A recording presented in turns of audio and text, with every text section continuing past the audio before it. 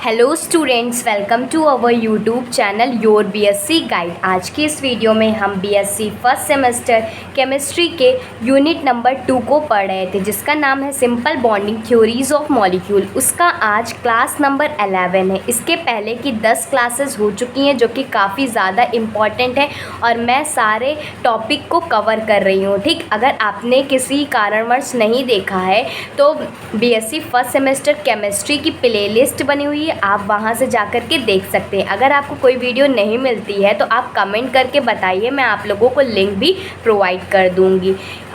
पिछली की वीडियो में मैंने आप लोगों को VSEPR थ्योरी पढ़ाया था बहुत ही डिटेल में। इसके पोस्टुलेट्स, जितने भी रूल्स थे, मैंने आप लोगों को सब कुछ बता दिया था।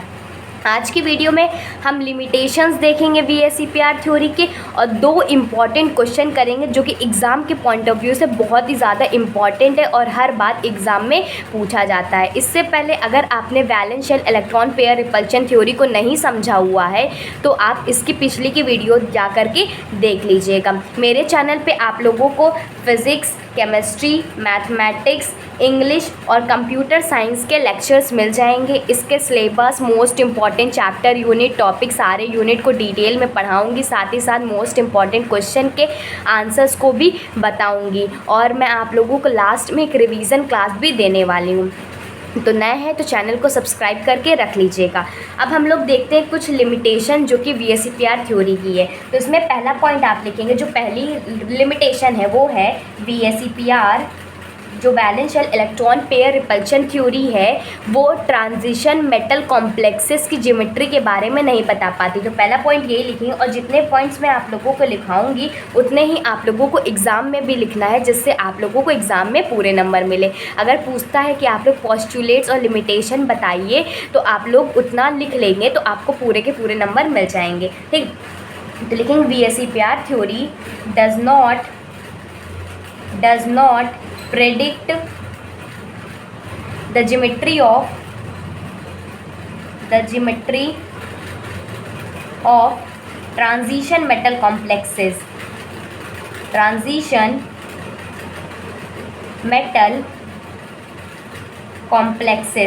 जो ट्रांजिशन मेटल कॉम्प्लेक्सेस होते हैं उसकी ज्योमेट्री के बारे में नहीं बता पाया था। और क्या नहीं एक्सप्लेन कर पाया था, ये जो इनर्ट पेयर्ड इलेक्ट्रॉन होते हैं, तो ऐसे मॉलिक्यूल के अंदर जो इनर्ट पेयर में इलेक्ट्रॉन पाया जाता है उसके बारे में भी ये नहीं बता पा रहा था। तो नेक्स्ट पॉइंट लिखेंगे, VSEPR theory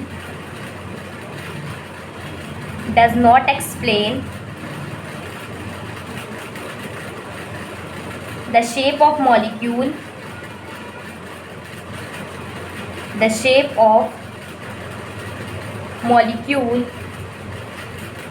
containing inert pair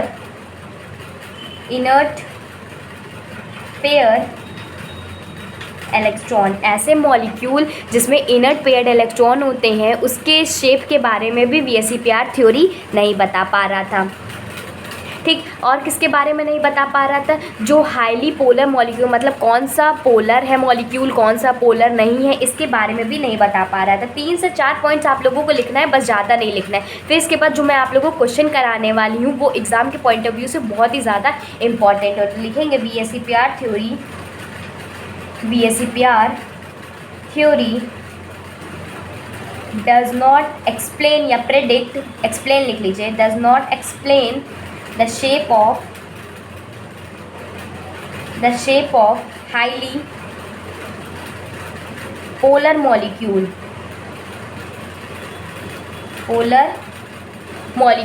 जैसे कि हमारे पास Li2O होता है, तो इसका स्ट्रक्चर जो लीनियर होता है, तो ये इसके बारे में नहीं बता पा रहा था। क्या होता है कि ये हाईली पोलर होता है, तो ये कुछ इस तरीके से स्ट्रक्चर बनेगा, जिसमें मैंने आप लोगों को बताया था जब इस तरह से स्ट्रक्चर बनता है तो वो लीनियर स्ट्रक्चर होता है। इसका बॉन्ड एंगल 180 डिग्री का होता है। ये सारी चीज़ें मैं आप लोगों को बता चुकी हूँ। तो इसके शेप के बारे में कि ये हाईली पोलर मॉलिक्यूल है, इसके शेप के बारे में भी नहीं बता पा रहा था कि कैसा शेप होगा, लीनियर होगा कि नहीं होगा। ठीक, तो ये सारे पॉइंट्स हो गए जो कि लिमिटेशन के अंदर आप लोगों को लिखने। 3 पॉइंट लिख देंगे, आप लोगों को पूरे नंबर मिल जाएंगे। बाकी अगर पोस्टुलेट पूछता है तो आप पिछले की वीडियो से पोस्टुलेट भी देख लीजिएगा। अब इम्पॉर्टेंट क्वेश्चन पे आते हैं। सबसे ज़्यादा इम्पॉर्टेंट क्वेश्चन ये है कि shape of H2O by VSEPR। हमें valence and electron pair repulsion theory से हमें H2O का शेप बताना है। इसके पहले मैंने आप लोगों को हाइब्रिडाइजेशन से बताया हुआ है, तो अब VSEPR थ्योरी में जो मैं आप लोगों को शेप बताने जा रही हूँ वैसा ही रहेगा, लेकिन इसमें कुछ पॉइंट्स को लिखने रहते हैं, क्योंकि वो जो हमारे जो शेप बता रहा है H2O का, वो उस पॉइंट को डिफाइन करने वाला है। ठीक, तो ये जो शेप ऑफ H2O में जितना मैं आप लोगों को लिखवाऊंगी उतना ही लिख के आइएगा, आप लोगों के पूरे नंबर मिलेंगे। ये समझ लीजिए कि इसके आंसर में आप लोगों को ये लिखना है, तो इसमें आंसर चाहे तो डाल लीजिए। हमें H2O मॉलिक्यूल का शेप बताना है, जो कि बेंड स्ट्रक्चर होता है। कैसा होता है? इसमें 2 लोन पेयर होते हैं और 2 बॉन्ड पेयर होते हैं, तो यही होता है, इसका शेप बेंड होता है। ये सारी चीज़ें को मैं आप लोगों को बता चुकी हूँ, लेकिन अब VSEPR थ्योरी के कॉन्सेप्ट से इसको लिखना भी पड़ेगा ना, तो इसमें लिखेंगे, पहला पॉइंट इसमें डालेंगे, लिखेंगे इन H2O molecule, in H2O molecule the centre atom oxygen, यहाँ पर इसको कर दीजिएगा, ऐसा लिखवाती हूँ, द सेंटर एटम ऑक्सीजन। यहाँ पर शेप यहाँ पर बना देती हूँ, देखिए ये ऑक्सीजन रहता है, ये डबल बॉन्ड ये होता है और 2 यहाँ पर बॉन्ड, ये हमारा H2O का स्ट्रक्चर कुछ इस तरीके से बनेगा। तो हमने देखा कि H2O मॉलिक्यूल में जो सेंटर एटम ऑक्सीजन होता है, जिसका इलेक्ट्रॉनिक कॉन्फ़िगरेशन कितना होता है, whose electronic configuration, whose ground state electronic configuration is 1s2, 2s2, 2p2x, 2p1y, 2p1z। मतलब देखिए मैंने आप लोगों को बताया था ना कि 8 इलेक्ट्रॉन होने चाहिए, 2, 4, 6, 7 और 8।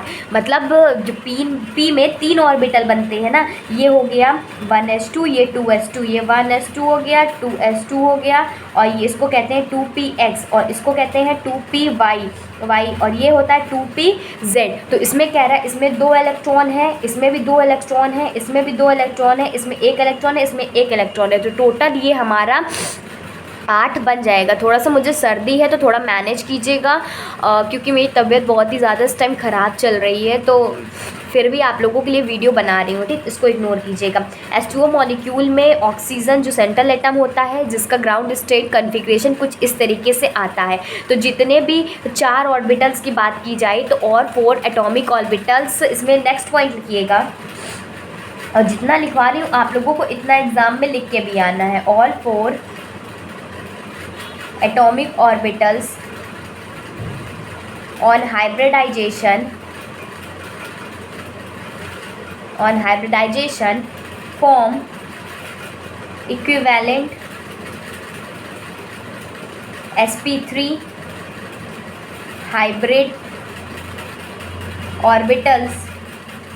These hybrid orbitals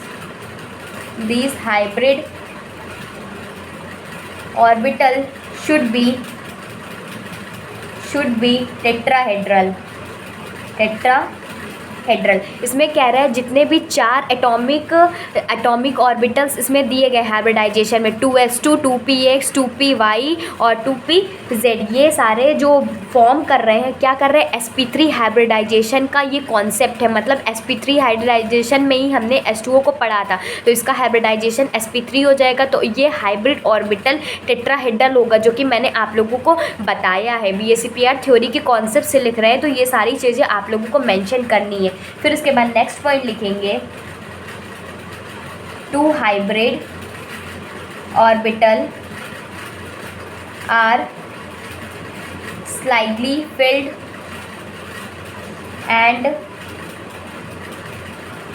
overlap the 1s orbital of 2 hydrogen atom and form sigma bond. Remaining 2 hybrid orbitals containing lone pair do not do not take part in bond formation. पहले लिख लीजिए, फिर मैं आप लोगों को एक एक चीज़ अच्छे से बताती हूँ। इसमें कह रहा है दो हाइब्रिड ऑर्बिटल जो कि फिल्ड होते हैं वो 1s ऑर्बिटल ऑफ हाइड्रोजन के साथ ओवरलैप करते हैं। ये जो हाइब्रिड ऑर्बिटल होंगे ये ऑक्सीजन के होंगे जो कि स्लाइटली फिल्ड है, मतलब एक की कमी है उसमें, ठीक। तो ओवरलैप करेंगे हाइड्रोजन एटम के साथ और सिग्मा बॉन्ड बनाएंगे। बाकी के जो रह जाएंगे दो हाइब्रिड ऑर्बिटल जिनमें नोन पेयर होंगे वो कोई भी बॉन्ड का फॉर्मेशन नहीं करेंगे। जैसे कि मैंने आप लोगों को बताया, दो बॉन्ड बनाएंगे, दो लोन पेयर होंगे।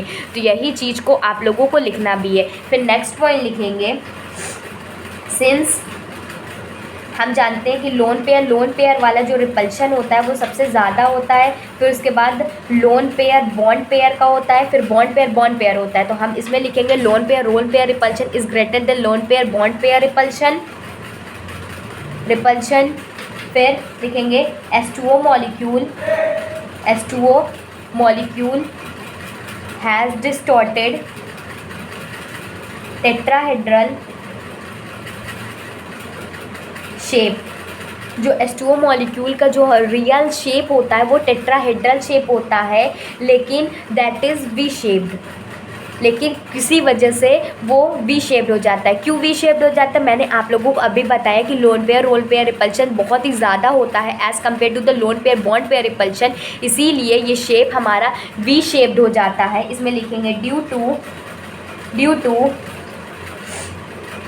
Presence of two lone pair on oxygen atom, ठीक। इसमें आगे देखते हैं, दो लोन पेयर प्रेजेंट होता है ऑक्सीजन एटम पे। फिर आगे इसमें लिखेंगे the bond angle is equal to 104 degree 27 minute का ये बॉन्ड एंगल होता है। कैसे बनता है देख लीजिए, इसका हाइब्रिडाइजेशन मैंने बताया हुआ है, लेकिन फिर भी देख लीजिए एक बार और।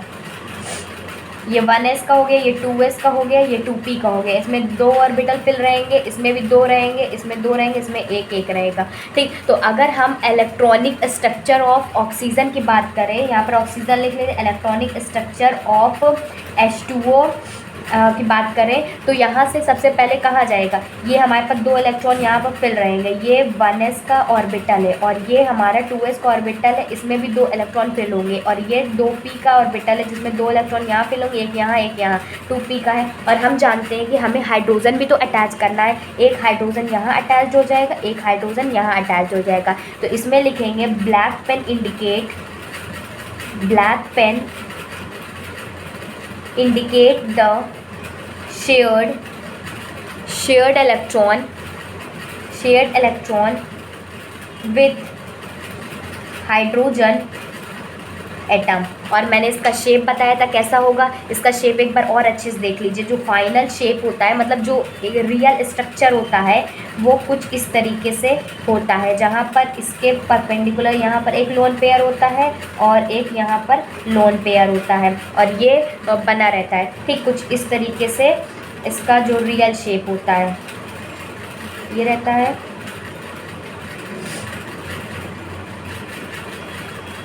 ठीक। और यहाँ से ये जुड़ा हुआ होता है और ये हमारा इसके साथ जुड़ जाता है, ठीक। तो इसका जो बॉन्ड एंगल होता है वो 104 डिग्री 27 मिनट होता है, ठीक। और जो हम लोग पढ़ते हैं जो एक्चुअल स्ट्रक्चर मतलब सिंपल फॉर्म में पढ़ते हैं, इसमें दो लोन पेयर होता है और दो हमारा बॉन्ड पेयर होता है। तो ये हमारा हो गया है H2O का स्ट्रक्चर जो कि वी शेप्ड का होता है, 104 डिग्री 27 मिनट इसका बॉन्ड एंगल होता है। तो होप आप लोगों को H2O का स्ट्रक्चर VSEPR थ्योरी से कंप्लीट हो गया होगा, ठीक। अब हम लोग देख लेते हैं शेप ऑफ H3O पॉजिटिव। जो हमारे पास हाइड्रोनियम आयन होते हैं इसका भी स्ट्रक्चर कभी कभी पूछ लेता है बाई VSEPR थ्योरी से, ठीक। ये स्ट्रक्चर पूछ लेते हैं, ये भी इम्पॉर्टेंट है तो इसको भी देखते हैं।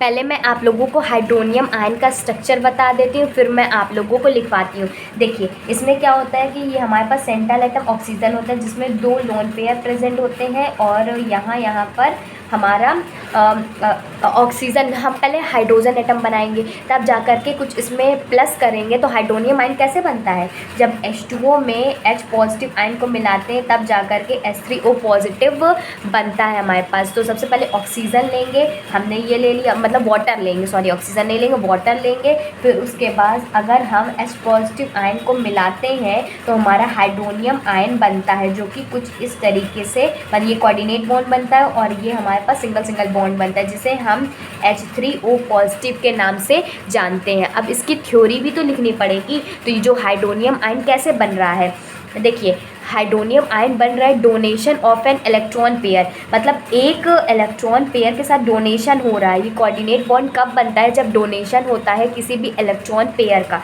तो इसमें पहला पॉइंट हम लोग लिखेंगे H3O positive ion is formed by donation of an electron pair on the central atom of oxygen in H2O molecule।